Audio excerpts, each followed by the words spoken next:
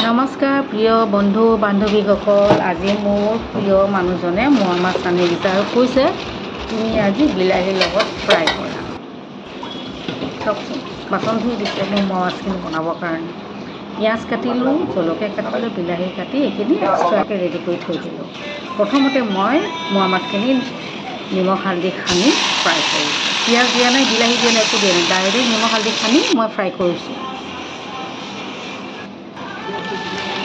Fry হৈ গৈছে। এতিয়া আকৌ তেল গৰম কৰিছোঁ। তেল গৰম কৰি পিঁয়াজখিনি দিছোঁ। পিঁয়াজখিনিটো অলপ ফ্ৰাই কৰি ল'ব লাগিব।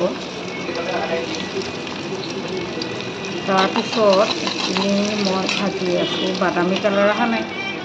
তাৰপিছত দি দিলোঁ বিলাহীখিনি। বিলাহীখিনিটো অলপ মজিব লাগিব,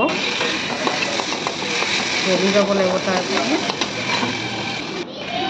কম ফ্লেমত দি দিছোঁ, কাৰণ বেছি দিলে বেয়া হয়। তাৰপিছত মই ফ্ৰাই কৰা মাছখিনি বিলাহী আৰু পিঁয়াজৰ লগত দি দিলোঁ। হালধি নিমখ একো দিবলগীয়া হোৱা নাই, কাৰণ মই মোৱা মাছখিনি ফ্ৰাই কৰোঁতে নিমখ আৰু হালধি দি দিছিলোঁ, সেইটো কাৰণে মই একো দিয়া নাই।